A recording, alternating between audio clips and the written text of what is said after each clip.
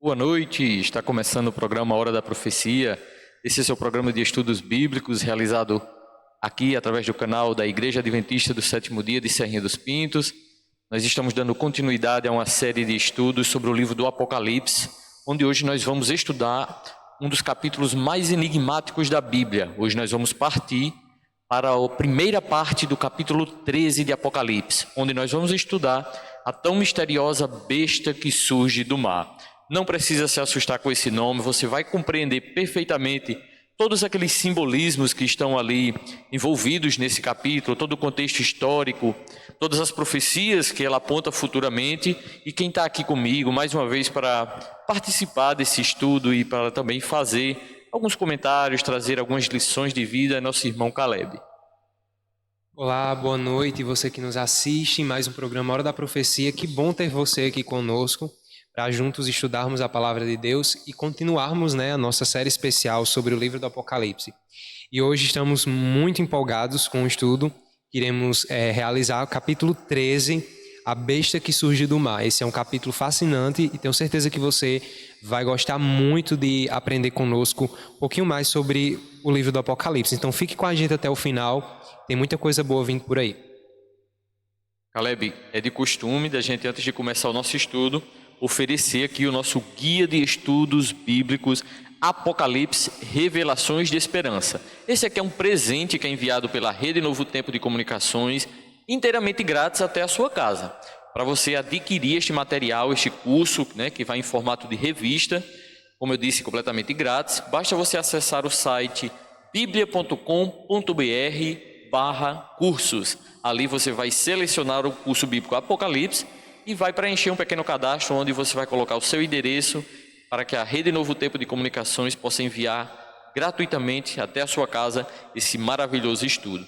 Caleb, antes de nós iniciarmos, eu gostaria que você fizesse uma recapitulação sobre o tema anterior que nós estudamos aqui no canal, o capítulo 12, um capítulo muito bonito, um capítulo que tratava da história da igreja, o surgimento da igreja, as perseguições da igreja, e que tem como, um panorama geral, o grande conflito entre o bem e o mal. Hoje, esse grande conflito agora se estende um pouco mais, no capítulo 13, e eu gostaria que você fizesse alguns comentários sobre isso.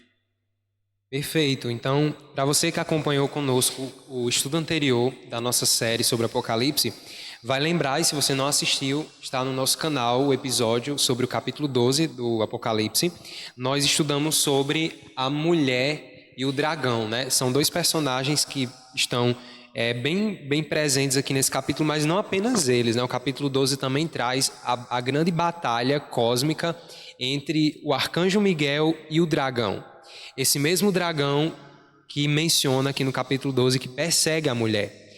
Nós vimos aqui pelo contexto profético o que simboliza essa mulher. Nós sabemos que a mulher na profecia bíblica, em todo o Antigo Testamento e no Novo Testamento também, representa o povo de Deus, a igreja, Então, uma mulher vestida de sol, com vestes resplandecentes, simboliza a igreja de Deus pura, triunfante, Incontaminada pelas mentiras e pelas falsas doutrinas. E o texto continua dizendo que essa mulher estava grávida a ponto de dar à luz. Nós vimos que o simbolismo da mulher grávida é exatamente essa representação do povo de Deus a ponto de dar à luz ao Messias. E nós vimos o dragão agora perseguindo, tentando devorar o filho que nasce da mulher. E depois, quando ele não consegue derrotar o filho, ele vai até o céu para onde o filho foi arrebatado. E o texto nos diz que há uma grande batalha no céu. E o arcanjo Miguel, que aqui é uma menção ao próprio Jesus Cristo, ele derrota Satanás e expulsa definitivamente Satanás do céu, que é a representação do dragão. Porque o o capítulo 7 diz exatamente isso, que é a antiga serpente que se chama Diabo e Satanás. Então depois que, o versículo 9, melhor dizendo, então depois que esse dragão é expulso do céu, nós temos aí ele se voltando agora contra a mulher mais uma vez. Mulher essa que agora fugiu para o deserto. Então é uma saga muito interessante que a gente vai desvendando ao longo dos acontecimentos históricos. A mulher representando o povo de Deus, o filho representando Jesus Cristo. Quando Cristo é assunto aos céus, Satanás vai até lá para tentar derrotá-lo, mas Cristo já havia vencido na cruz do Calvário. Então Satanás é expulso do céu e agora ele se volta mais uma vez contra a mulher. E o texto diz que a mulher foge para o deserto e ali ela seria sustentada durante um período de tempo. E ao final desse período de tempo, o texto diz agora que o dragão se ira contra o restante da descendência dessa mulher. Ou seja, alguma coisa aconteceu com essa mulher lá no deserto, para onde ela tinha fugido, que agora o dragão se volta apenas contra o restante da sua descendência. É exatamente a partir disso, Diego, que nós iremos partir do nosso estudo de hoje. Porque o versículo 17 fala que, do capítulo 12, diz assim: irou-se o dragão contra a mulher e foi pelejar contra os restantes da sua descendência, os que guardam os mandamentos de Deus e têm o testemunho de Jesus. E se pôs em pé sobre a areia do mar. Então agora o dragão, ele se coloca numa posição em pé na areia do mar, como se estivesse observando algo que estava ali no mar. E esse algo é justamente o que nós iremos ver no capítulo 13. Mas antes de nós darmos início mesmo, pontapé inicial ao nosso estudo, né, Diego? Como costume, nós iremos fazer uma oração, né? Para que Deus nos ajude a compreender melhor o tema de hoje. Muito bem, então, Caleb, gostaria de convidar você para fazer a oração e nós vamos dar continuidade. Ok, então vamos lá, né? Convido você que está em casa, feche os seus olhos, vamos orar. Querido Deus e bondoso Pai, obrigado, Senhor, porque o Senhor nos deu essa oportunidade de estarmos aqui para estudarmos a Tua Palavra, em especial o livro do Apocalipse, que é esse livro tão maravilhoso, Senhor, que traz esperança para os nossos corações. Embora muitas vezes fale de símbolos e figuras talvez um tanto quanto assustadoras, mas nós sabemos que no fim das contas o grande propósito desse livro é revelar Jesus Cristo, o Alfa e o Ômega, o princípio e o fim, o vencedor, o Cordeiro de Deus que se entregou por nós. E que essas revelações possam trazer esperança para a nossa vida e para aqueles que estão nos assistindo também. É isso que nós oramos e te agradecemos desde já, em nome de Jesus. Amém. Caleb, perfeito, né? Sua recapitulação sobre o capítulo 12. E o capítulo 13, como você disse, é uma continuação dessa grande batalha, né? Descrita no capítulo 12. E o título já é um pouco intrigante, né? Esse título que as nossas traduções trazem, que não estava no original, mas um título até chamativo que diz assim: a besta que emerge do mar, uma besta que surge, né? E sai do mar. Eu gostaria que você iniciasse por aí o nosso estudo e é com você. Muito bem. Como eu comentei, o versículo 17...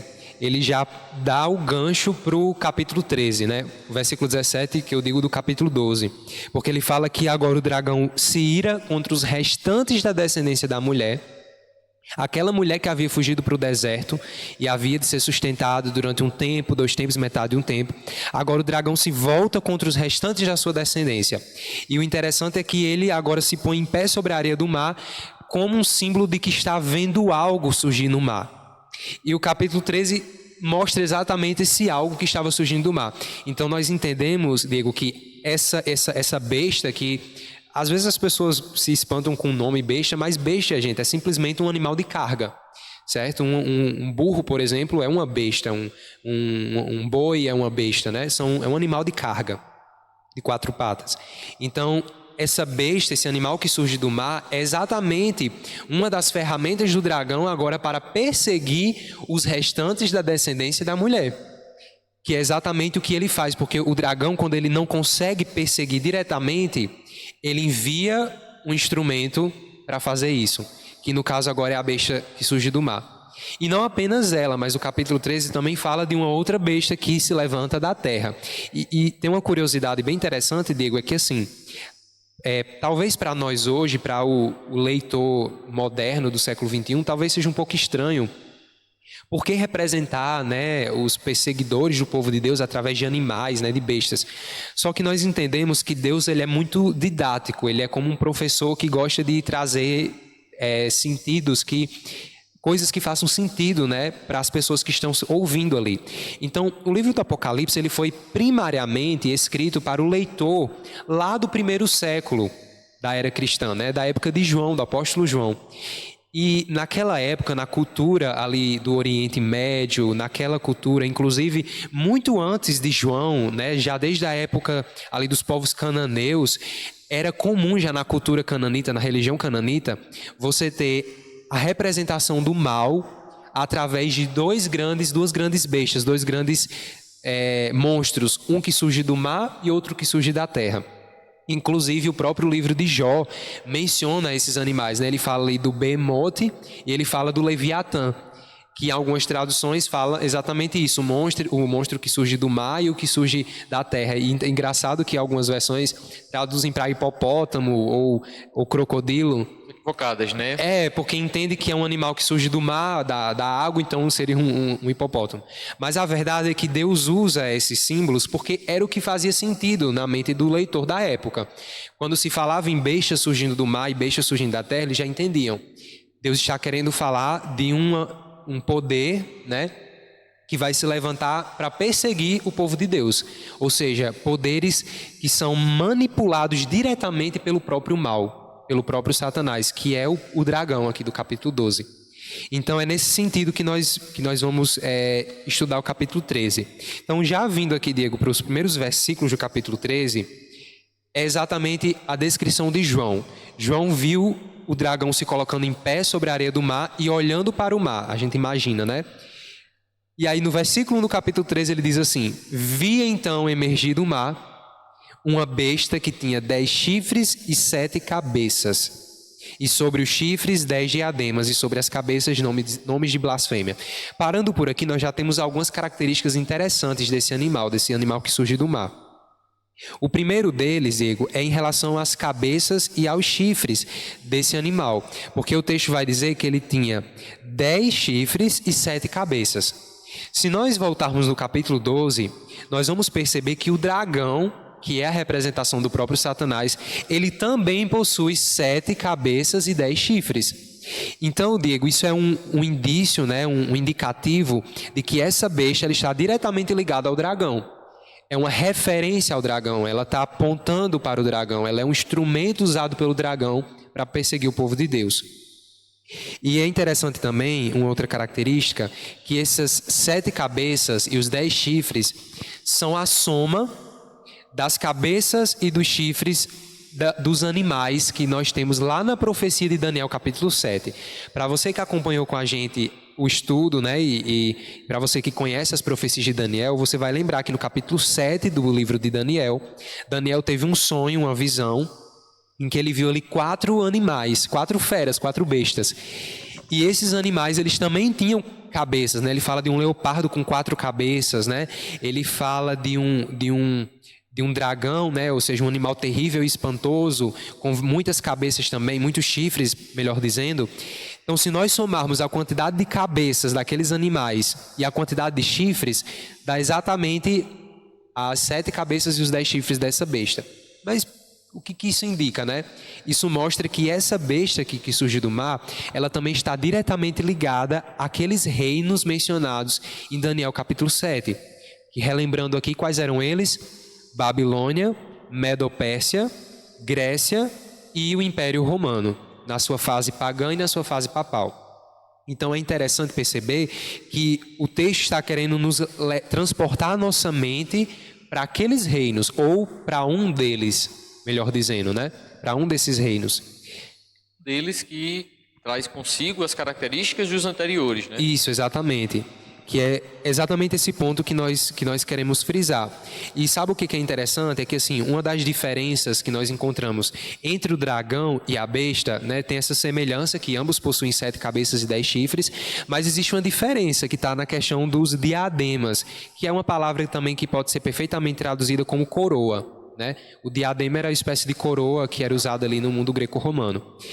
E o interessante é que no dragão, do capítulo 12, os diademas eles estão nas cabeças, enquanto que no animal, na besta do mar, estão na verdade nos chifres. Isso é um indicativo de que o poder agora desse animal não está exatamente nos reinos, mas agora naqueles reinos anteriores que passaram, mas está em um momento específico da história, onde tribos governavam, e você tinha um poder supremo que governava essas tribos. Se nós voltarmos para Daniel capítulo 7, nós vamos lembrar que o animal terrível e espantoso, que representa Roma, ele possui exatamente 10 chifres. E esses 10 chifres representam as 10 tribos bárbaras que tomaram o poder romano e começaram a governar ali no Império Romano. Então, esses 10 chifres também são um indicativo para nós nos atentarmos aqui nessa besta do mar. Será que esses chifres não têm também alguma coisa a ver com aqueles 10 reinos, ou pelo menos com o período histórico em que aqueles 10 reinos estavam governando na Europa? Porque nós lembremos que o Império Romano tinha o seu poder, mas chegou um momento em que aquelas 10 tribos minaram o poder de Roma. E essas 10 tribos são representadas por 10 chifres. E no capítulo 13 você tem as coroas nos 10 chifres. Estamos falando de um momento histórico em que não exatamente a besta em si, o poder romano governava, mas um momento histórico em que o poder estava desfacelado, estava dividido e você tinha um poder que estava se levantando ali no cenário. Então, algumas pistas aí para a gente já ir pensando. Quando você faz a leitura do resto da sequência do capítulo, sim, ele parece ter uma similaridade com, como você mencionou já, com Daniel, né? Com exatamente. o livro de Daniel ali. A gente vai chegar exatamente nessa parte. E eu acredito que o livro de Daniel agora ele vai servir de base para a gente compreender algumas coisas que está aqui no Apocalipse capítulo 13. Seria isso? Exatamente, Diego. É por isso que o escritor, aliás, né, inspirado pelo Espírito Santo, ele traz esses elementos justamente para nos remeter às profecias de Daniel, porque a besta do mar, ela tem ligação direta com um poder que está descrito lá no capítulo 7 de Daniel. Por isso que ele transporta a nossa mente para esse capítulo. O curioso é que o versículo 2 confirma, Diego, essa ideia. Porque olha o que diz o versículo 2. Fala que a besta que surgiu do mar, o apóstolo João diz que ela era semelhante a um leopardo, com pés de urso e boca de leão. Quais são esses animais? O leopardo, o urso e o leão. Exatamente, Diego, os animais que aparecem em Daniel 7. Então não há dúvidas que o escritor realmente está querendo transportar a nossa mente para a imagem da visão de Daniel capítulo 7. O restante do versículo 2 diz: E deu-lhe o dragão o seu poder, o seu trono e grande autoridade. Então o dragão, que é Satanás, dá à besta do mar a autoridade e o poder para que ela haja, para que ela coloque em prática suas ações. Então o dragão não consegue derrotar diretamente nem a Cristo e nem a igreja. Aí o que o dragão faz agora? Ele dá a sua autoridade, o seu poder nas mãos da besta do mar, para que ela faça alguma coisa. E aí, antes de nós prosseguirmos aqui a partir do versículo 3, eu queria exatamente trazer essa comparação e demonstrar que a besta do mar, ela cumpre exatamente as mesmas características de um poder que nós encontramos lá no capítulo 7 de Daniel, que é o chifre pequeno que aparece no animal terrível e espantoso. Nós sabemos pelas profecias de Daniel que o chifre pequeno representa um poder político-religioso que surge do Império Romano, né, que derruba 3 tribos bárbaras para assumir a sua hegemonia. E na história, o poder que fez isso foi justamente o papado. O papado, para que ele se levantasse na Europa como poder, ele teve que derrubar 3 tribos bárbaras para que ele assumisse a sua hegemonia na Europa. No caso, ele fez isso no ano 538, depois de Cristo. Cumprindo também uma profecia, né? Cumprindo a profecia, que dizia exatamente que durante um certo período de tempo, esse poder, ele governaria de maneira soberana na Europa. Então, é muito interessante observar essas características e eu gostaria de convidar você a prestar muita atenção nisso. Veja só, lá em Daniel capítulo 7, se nós abrirmos aqui rapidamente, nós vamos encontrar algumas características interessantes. Daniel capítulo 7, versículo 8 e também o versículo 25 vai dizer que esse poder, que é o chifre pequeno, né, que representa Roma, o Roma papal, diz assim que ele proferirá palavras contra o Altíssimo. E o versículo 8 vai dizer que esse poder, ele falava palavras de insolência. Ou seja, ele blasfemava contra Deus. Apocalipse 13, versículo 5, falando da besta do mar, o que diz? O versículo 5, foi-lhe dado uma boca que proferia arrogâncias e blasfêmias. E a autoridade, parando por aqui, né? Que é o que nos interessa no momento, arrogâncias e blasfêmias. Veja, a mesma característica. Esses dois poderes proferem arrogâncias e blasfêmias diante de Deus. A segunda característica, que está lá em Daniel capítulo 7, versículo 25, falando do chifre pequeno, diz que esse poder magoará os santos do Altíssimo e perseguirá os santos do Altíssimo. Apocalipse 13, falando da besta do mar, versículo 7, vai dizer que foi-lhe dado também que pelejasse contra os santos e o vencesse. Ou seja, os dois poderes também perseguem os santos, o povo de Deus, nesse contexto. Uma próxima característica que o capítulo 7, versículo 25 de Daniel, vai dizer que ele magoaria os santos e os venceria. E o capítulo 13, versículo 7, também vai falar exatamente isso. Para que lutasse contra os santos e os vencesse. E uma última característica para nós compararmos é que tem um período de tempo que é mencionado nos dois capítulos. Daniel 7, versículo 25, vai dizer que os santos, ou seja, o povo de Deus, seria entregue nas mãos desse poder, que é o chifre pequeno, durante um tempo, 2 tempos e metade de um tempo. Quando nós vamos para Apocalipse 13, o versículo 5, vai dizer que a besta do mar, ela recebeu autoridade, uma boca que proferia arrogâncias e blasfêmias, e autoridade para agir durante 42 meses. Vamos lá. Se nós fizermos aqui um cálculo rápido, você pode fazer isso em casa, você vai descobrir que um tempo nas profecias de Daniel equivale a 1 ano. Então, quando o profeta fala um tempo, 2 tempos e metade de um tempo, ele está falando de 1 ano, 2 anos e metade de 1 ano profético, certo? 3 anos e meio proféticos. Só que nós sabemos que na profecia, 1 ano, aliás, um dia profético equivale a 1 ano literal. Então, se nessa profecia nós temos um tempo, 2 tempos e metade de um tempo, quando nós convertemos isso em dias, nós temos 1.260 dias. Se você pegar 3 anos e meio e fizer um cálculo aí, você vai ter 1.260 dias em 3 anos e meio. No princípio de ano, cada dia profético equivale a 1 ano na história. 260 anos. 1.260 anos. Isso nós temos aqui em Daniel capítulo 7. Se nós formos para o capítulo 13, fala de quanto tempo, Diego? 42 meses. 42 meses. Se você fizer o cálculo também, quantos dias tem 42 meses, utilizando aí um mês de 30 dias, você vai chegar exatamente ao número 1.260 dias, que convertendo em anos, 1.260 anos.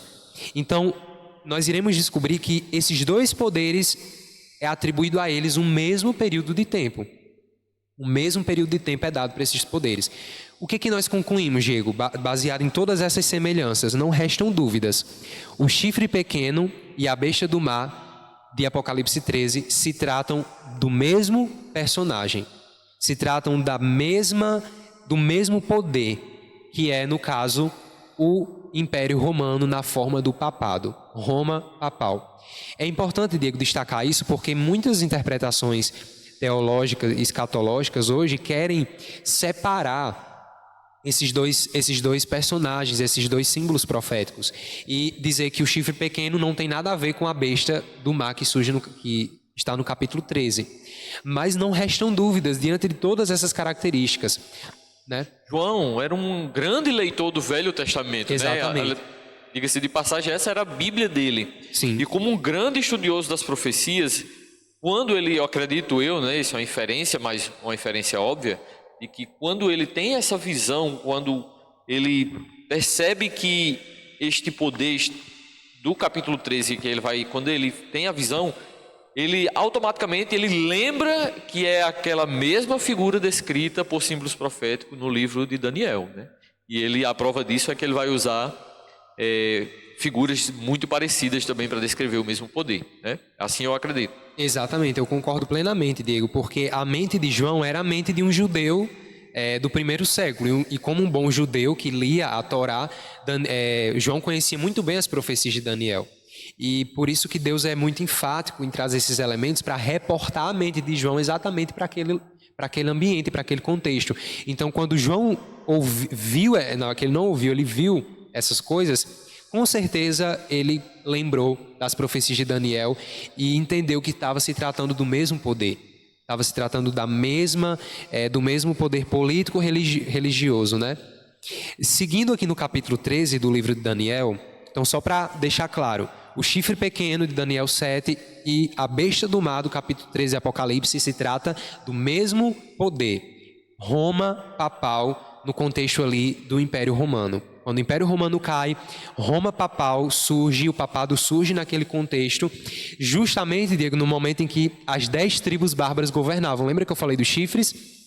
Que na besta as coroas estão não sobre as cabeças, como no caso do dragão, mas estão sobre os chifres, indicando que nós estamos no momento exato em que o papado governava na Europa, quando as 10 tribos bárbaras estavam ali naquele contexto.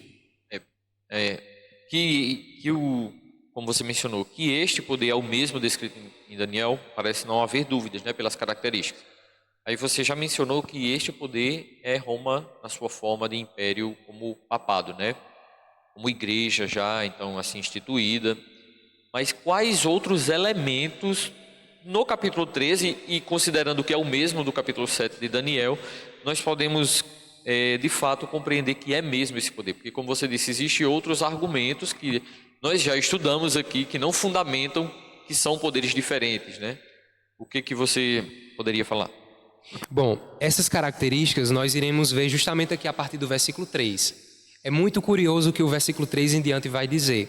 E vai confirmar, vai trazer mais elementos que vão nos comprovar que realmente está falando desse poder que é o papado. Olha o que diz o versículo 3. Então vi uma de suas cabeças, da besta, como golpeada de morte, mas essa ferida mortal foi curada. E toda a terra se maravilhou seguindo a besta. O versículo está dizendo que em determinado momento essa besta ela sofre uma ferida mortal. Ou seja, ela tem uma espécie de queda. O curioso é que lá em Daniel capítulo 7 vai dizer que esse poder ele governaria durante um tempo, 2 tempos e metade de um tempo. Ou seja, ele teria um tempo determinado para ter autoridade suprema. Exatamente. Isso indica que ao fim daquele período é como se aquele poder perdesse de certa forma a sua autoridade. E aí o capítulo 13 vai dizer que em determinado momento essa besta ela sofre um golpe de morte. Quando nós vamos para a história, Diego, nós percebemos que o período de 1260 anos que estão lá em Daniel capítulo 7 e que está aqui no capítulo 13, indicado por 42 meses, começam no ano 538 e vão até o ano 1798. Se você pegar 538, por que 538? Porque foi o momento em que o papado se colocou ali como supremacia na Europa, quando derrotou a última tribo bárbara. Partindo dali, acrescentando 1260 anos, nós chegamos no ano de 1798.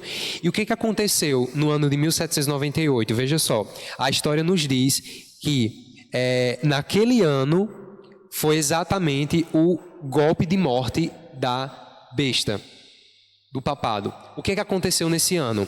As tropas de Napoleão Bonaparte que estavam ali se fortalecendo, e Napoleão tinha um projeto de expansão territorial que ele queria dominar o mundo, ele queria dominar toda a Europa. E chegou um momento que no ano de 1798 que Napoleão viu o Papa como sendo uma espécie de ameaça à sua autoridade. E o seu general Berthier, no ano de 1798, prendeu o Papa que governava na época, que era o Papa Pio VI. Então, esse momento, Diego, marca exatamente o que o capítulo 13 descreve. A ferida mortal. A ferida mortal da besta. Por que foi a ferida mortal? Porque a partir da prisão do Papa Pio VI, é como se o papado agora ele perdesse aquela autoridade temporal, secular, que ele tinha, aquela influência. Porque lembremos que o papado chegou num nível de autoridade tão grande na Europa que ele já não governava apenas os assuntos religiosos. Ele não ditava apenas sobre assuntos da fé cristã.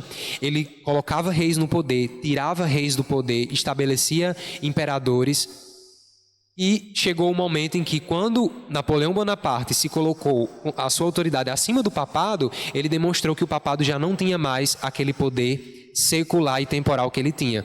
Então, a ferida mortal é exatamente marcada nesse momento. A besta perde a sua autoridade temporal. Então, Diego, esse é mais um indicativo de que, de fato, o capítulo 13 está falando de Roma papal.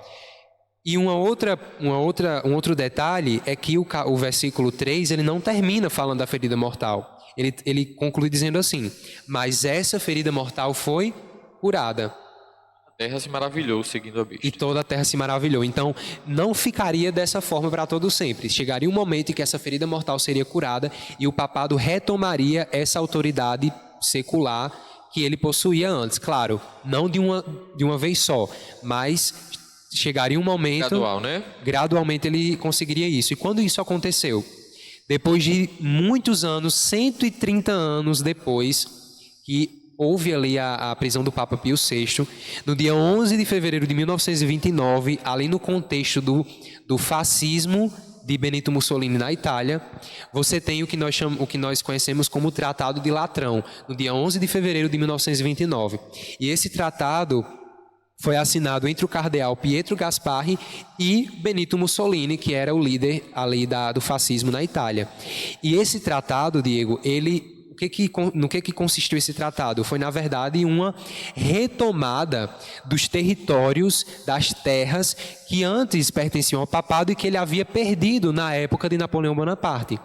Parte desse território, inclusive, que foi retomado pelo papado, veio a se tornar o Vaticano que nós conhecemos hoje. Então foi lá em 1929 que o papado retomou aquelas terras e transformou ali no Vaticano, e hoje é inclusive um país, né, o menor país do mundo, onde o Papa governa, ele é o próprio governador ali daquele território. Mais uma vez a profecia, né, onde diz que toda a terra se maravilhou seguindo a besta, né? Esse detalhe é interessante, Diego, porque a partir do momento em que o Papa retoma a sua autoridade ali em 1929, claro, quando a gente fala de história, isso não vale só para as profecias, isso vale para a história em geral. As coisas, elas acontecem paulatinamente, nada acontece da noite para o dia. Existem esses momentos-chave em que a profecia marca, só que essa retomada de poder, ela foi acontecendo de maneira gradual. Então, de 1929 para cá, nós percebemos, Diego, claramente que o papado ele vem cada vez se fortalecendo. Os papas vão tendo cada vez mais influência, né? Se nós falarmos aí do Papa João Paulo, né, segundo o Papa Bento XVI, que foram figuras tão influentes na história da humanidade, que praticamente passaram a ter quase uma autoridade, vistos como um líder político mundial. É como se o Papa fosse a esperança para um mundo, né, como uma liderança verdadeiramente política. Então, de 1929 para cá, nós percebemos essa cura da ferida mortal. O papado vem aos poucos retomando o seu poder e a sua autoridade. E hoje é inegável que o Papa é, sem dúvida nenhuma, uma das figuras mais influentes do mundo. Os presidentes dos países vão até o Vaticano, se reúnem com o Papa em reuniões globais para saber quais são as opiniões dele, o que ele pensa sobre assuntos como clima, o que ele pensa sobre assuntos como desigualdade social. As atuais guerras, né? Agora na Ucrânia, Isso. nós temos algumas declarações sobre o Papa com relação à guerra na Ucrânia, também contra a situação em Israel. Exatamente. Nós temos uma sucessão de papas que há muitos anos foram declarados como sendo o homem do ano, né? O Papa Bento XVI, o Papa João Paulo, o Papa Francisco, inclusive, também foi declarado o homem do ano há alguns anos atrás. Então, sem dúvida nenhuma, hoje o papado tem uma autoridade e uma influência global muito grande sobre os países. E isso é retratado aqui pela cura da ferida mortal. Quais outras características a gente poderia extrair, talvez, do livro de Daniel, e assim, trazem todo esse cenário? E aqui vai dizer que ele, né, e esta figura, este poder, na verdade, representado pela Igreja Romana, forma papal, teve autoridade sobre os santos de Deus, né? Diz que eles os perseguiu, diz que ele blasfema. Então, assim, são palavras com um tom extremamente carregado que trazem consigo algumas conotações negativas da figura besta, né? Inclusive, o nome besta já ficou talvez um esse estigma de algo ruim, devido às características que são empregadas no capítulo 13 do Apocalipse. Sim, exatamente. E os versículos seguintes demonstram muito bem isso. E é muito interessante porque o capítulo 13, isso é uma característica curiosa, ele faz uma oposição muito clara com o capítulo 14 do livro do Apocalipse. Nós percebemos durante todo o livro que Satanás ele sempre procura fazer uma paródia das coisas de Deus. O que é uma paródia? Uma paródia é uma imitação. É quando você pega algo e tenta fazer uma imitação daquele produto. E Satanás ele é muito especialista em fazer imitações. Ele tenta imitar o máximo possível, né? E nós percebemos claramente essas imitações satânicas aqui no capítulo 13. Se nós observarmos em outros capítulos do livro do Apocalipse, nós percebemos que Cristo ele é colocado, né, ali no capítulo 12, versículo 10, como sendo aquele que recebe a autoridade. E no capítulo 5, versículo 6, o Cordeiro de Deus é aquele que está sentado no trono. Quando nós vemos aqui para o capítulo 13, quem que nós encontramos recebendo autoridade e sentado no trono? A besta. A besta recebe a autoridade do dragão e ela se assenta no trono como se fosse o Cordeiro. Apocalipse capítulo 5, versículo 6, fala do Cordeiro como tendo uma ferida de morte sentado no trono. Em Apocalipse 13 nós temos a besta sentada no trono com um golpe de morte. Ou seja, uma paródia, uma imitação barata ao Cordeiro de Deus. No capítulo 13, versículo 4, nós temos o versículo dizendo assim: e adoraram o dragão, ou seja, toda a terra, né, se maravilhou seguindo a besta e adoraram o dragão, porque deu a sua autoridade à besta, e também adoraram a besta dizendo: quem é semelhante à besta e quem pode pelejar contra ela? O curioso é que aquele que luta contra o dragão, no capítulo 12, é justamente Miguel, que a palavra Miguel significa quem é semelhante a Deus. Então, Diego, nós percebemos, eu trouxe essas características para mostrar que, de fato, a besta é uma figura que se opõe diretamente a Cristo. E nessa oposição a Cristo, ela realiza diversos tipos de façanhas para tentar tirar o que é verdadeiro e colocar algo falso. E isso nós falamos tanto de obediência como também de adoração. Enquanto nós temos Cristo estabelecendo a verdadeira adoração, nós temos a besta também estabelecendo uma falsa adoração. E nós sabemos claramente que a adoração e a obediência estão diretamente ligados à palavra de Deus e aos mandamentos de Deus. Olha que curioso o que diz aqui nos versículos 4. O versículo 4 diz que toda a terra adorou o dragão e também adorou a besta. Quando nós vamos para o capítulo 14 do livro do Apocalipse, o versículo 7, nós temos uma conclamação de toda a terra para adorar aquele que fez o céu, a terra e o mar, as fontes das águas, para adorar o Deus Criador. Apocalipse 13 vai dizer que a besta proferia arrogâncias e blasfêmias, da sua boca saía blasfêmias. No capítulo 14 nós temos o povo de Deus, os santos que são perseguidos, dizendo que não se achou mentira na sua boca. Veja aí a oposição, né? A paródia satânica. No capítulo 13 nós temos a besta recebendo autoridade sobre cada tribo, língua, povo e nação. No capítulo 14 nós temos o evangelho eterno sendo pregado para toda tribo, língua e nação. No capítulo 13 nós temos a besta, no versículo 6, difamando o tabernáculo e os que habitam no céu. E no capítulo 14 nós temos, no versículo 17, falando que um anjo saiu do santuário de Deus, trazendo na sua mão uma foice afiada.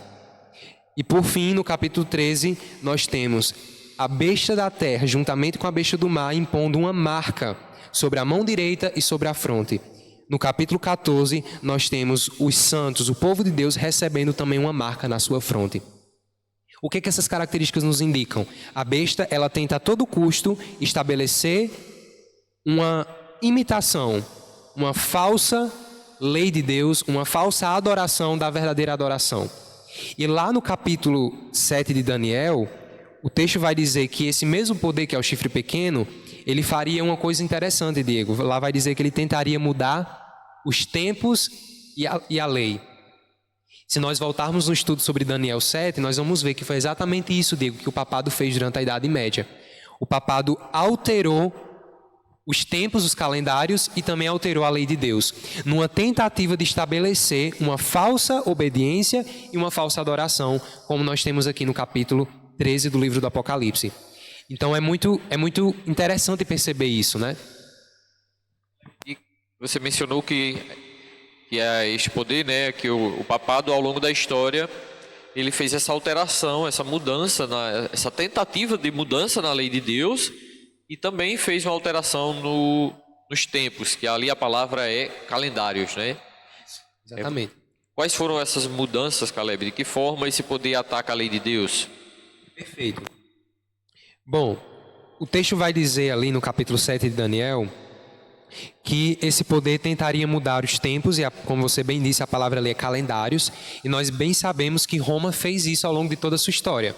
Tanto na fase pagã como na fase papal, Roma alterou os calendários. O calendário que nós utilizamos hoje é o calendário gregoriano, que foi o Papa Gregório que estabeleceu. Os nossos feriados, como Páscoa, Carnaval, o próprio Natal e outros feriados, foram estabelecidos por Roma, papal. E hoje nós seguimos esse calendário com todas essas prerrogativas. E quando o texto diz que ele mudaria a lei, a palavra lei que aparece aqui em Daniel 7 é uma palavra específica para se referir à lei de Deus. Esse poder tentaria alterar a própria lei de Deus.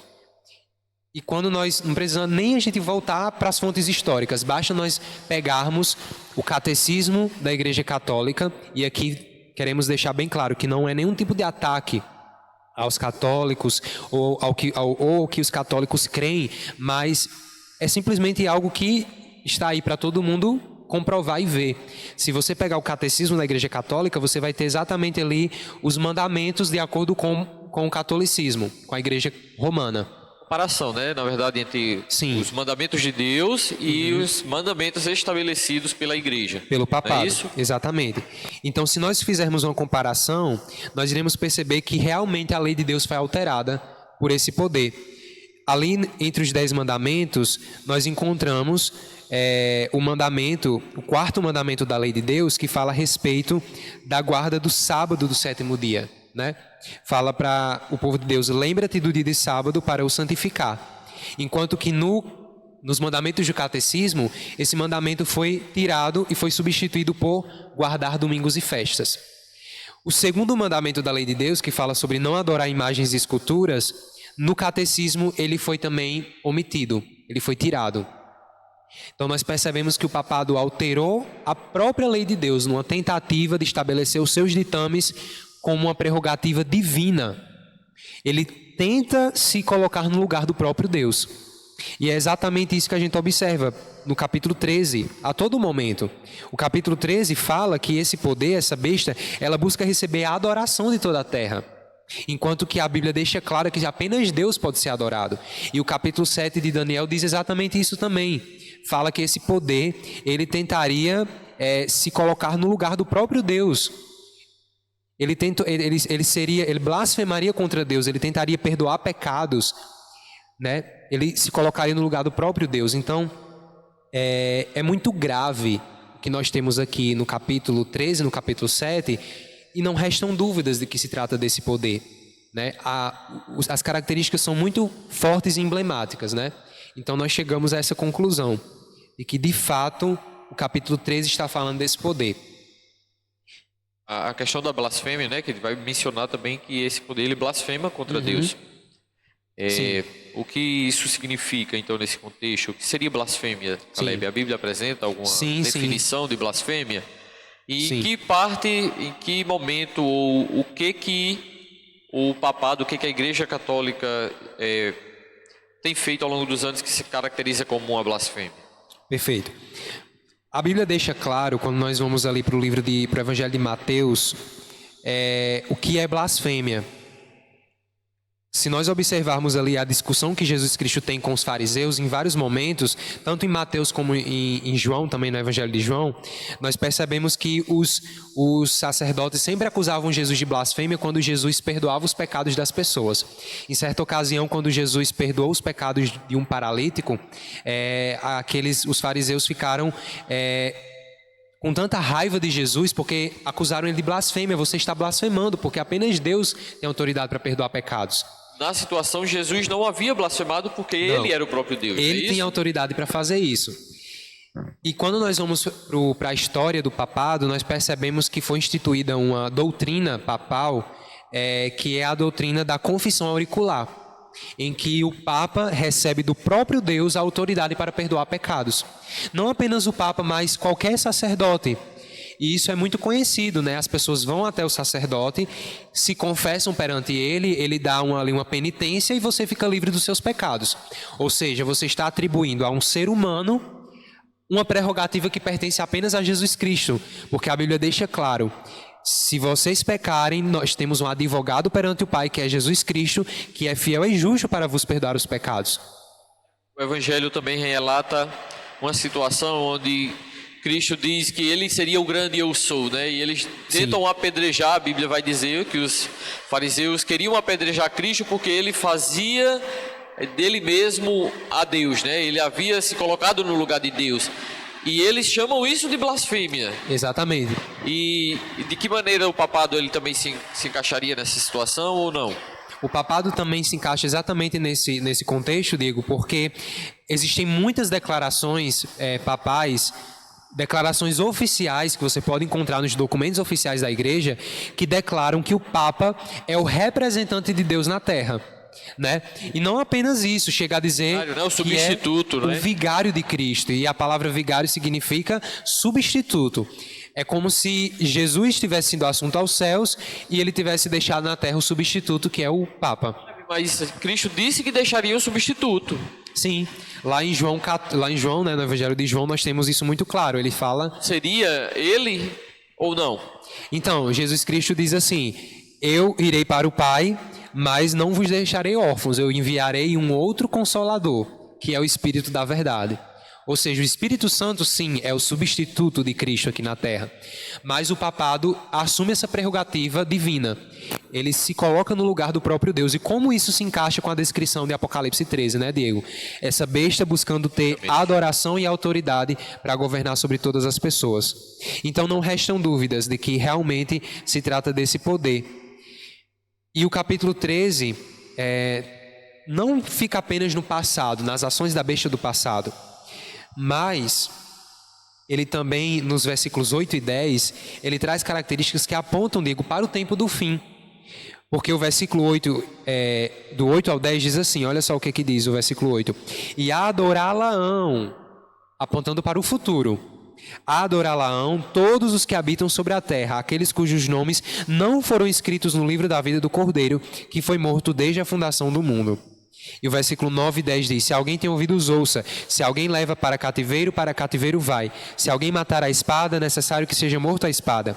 Aqui está a perseverança e a fidelidade dos santos. Nós percebemos que as ações dessa besta, elas também apontam para o tempo do fim. Nós falamos aqui sobre as ações da besta no passado, né? Falamos sobre a Idade Média, como o papado agiu durante aquele período ali. Só que João, ele traz a ideia de que essa besta ela foi curada da sua ferida mortal e agora as suas ações apontam para o futuro. Então, no futuro, essa besta vai voltar a perseguir o povo de Deus, assim como perseguiu no passado, né? Foi um detalhe que a gente não mencionou. O papado perseguiu os santos do Altíssimo quando ela não aceitava aqueles que não se curvavam à sua autoridade.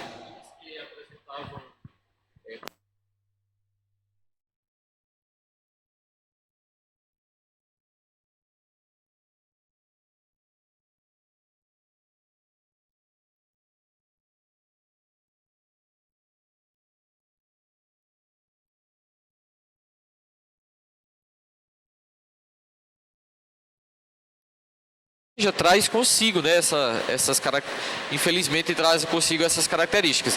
1260 anos, já como a Bíblia diz, que foram onde o povo de Deus foi perseguido por essa autoridade. Exatamente. Então, durante esse tempo, muitos foram mortos e foram perseguidos durante a Santa Inquisição, né? É um exemplo bom disso. Bom não, né? É um exemplo, mas que nos mostra que realmente esse poder fez isso. E no futuro, o texto diz que ele mais uma vez perseguirá, né? O versículo 10 deixa isso muito claro. Tem uma... É muito... Como eu posso dizer, muito grave, muito sério, que João apresenta a partir do versículo 8, 9 e 10. Porque a informação que está no capítulo 8 é que todos adorá-la-ão e os seguirão. Mas essas pessoas que adorarão a besta no futuro, ou que adoram, essas pessoas, ela tem uma característica que é triste, que diz que o nome delas não foram escritos no livro da vida do Cordeiro. O que seria o ato de ter o nome escrito no livro da vida do Cordeiro que esses não têm? Ou ainda não foram colocados lá? Existe a possibilidade dos nomes dessas pessoas serem colocadas nesse livro?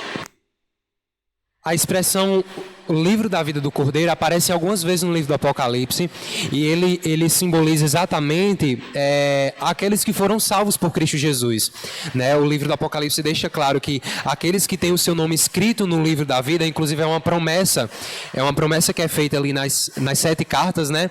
Aquele que perseverar até o fim terá o seu nome escrito no livro da vida, ou seja, aqueles que forem salvos por Jesus Cristo e permanecerem fiéis até o fim.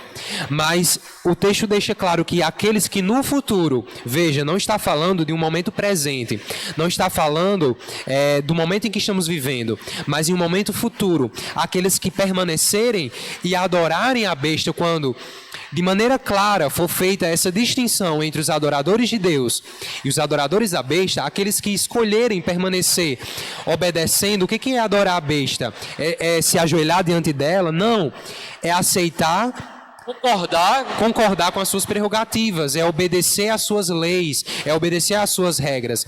Aqueles que, Diego, permanecerem dessa forma, infelizmente, eles perderão a sua salvação. Porque de maneira clara eles rejeitarão a verdade.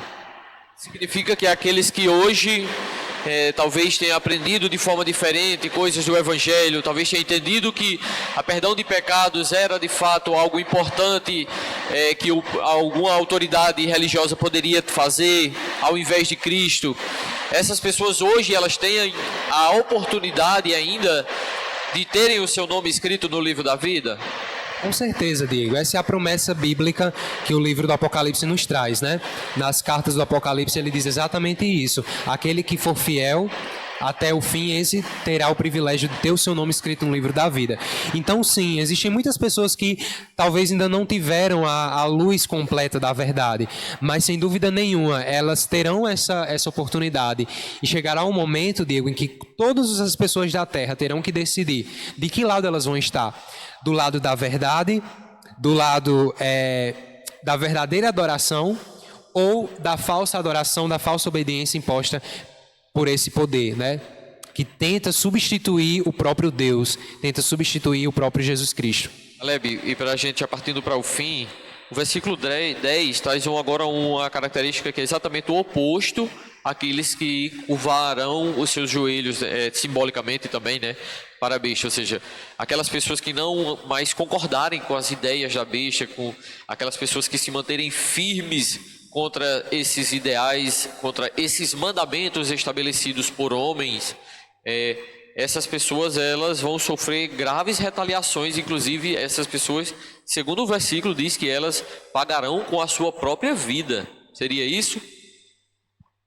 Exatamente, Diego. O que aconteceu no passado é como se ele vai se repetir no futuro de uma dimensão muito maior. O texto diz que aqueles que permanecerem ao lado do Cordeiro e tiverem o seu nome escrito no livro da vida, eles serão perseguidos. Porque esse poder, ele não aceita pessoas que se colocam em oposição a ele. Chegará um momento em que ele vai impor a sua autoridade, vai estabelecer as suas leis e as suas prerrogativas para toda a terra. O texto deixa claro, toda tribo, língua e nação. O versículo 7 diz isso. Foi dada autoridade a esse poder sobre cada tribo, língua e nação.